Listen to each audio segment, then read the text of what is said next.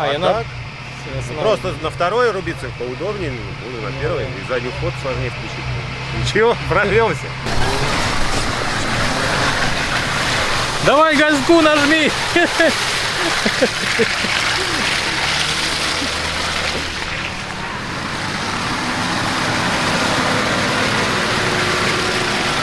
Ну чё? Но мы определяем маршрут, это самое важное в бездорожье.